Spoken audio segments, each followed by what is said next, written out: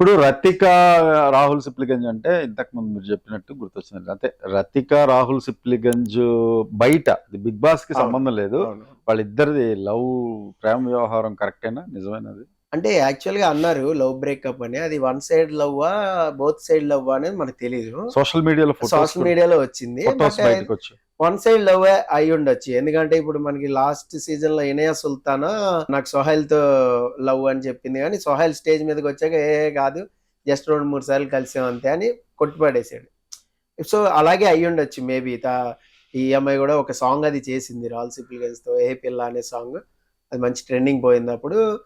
So, ఆ పరిచయంతో ఏమన్నా 'రాయల్ సిప్లిగన్స్' దగ్గరయ్యుండొచ్చు. మేబీ అతనితో ఏమన్నా అంటే బ్రేకప్ అయిందో లేదో మనకు ఇక్కడ తెలీదు బిగ్ బాస్ యాక్చువల్‌గా. కూడా దాన్ని ఫోకస్ చేయాలని, లేకపోతే అది హైలైట్ చేయాలని చూసాడు ఒక ఎపిసోడ్‌లో. అవును.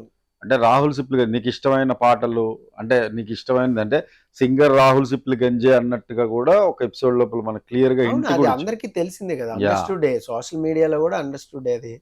రాయల్ సిప్లిగంజ్‌తో ఉందా? లేదా? అనేది మనకి తెలీదు. అటునుంచి ఉందా? లేదా? అనేది తెలీదంటున్నా నేను.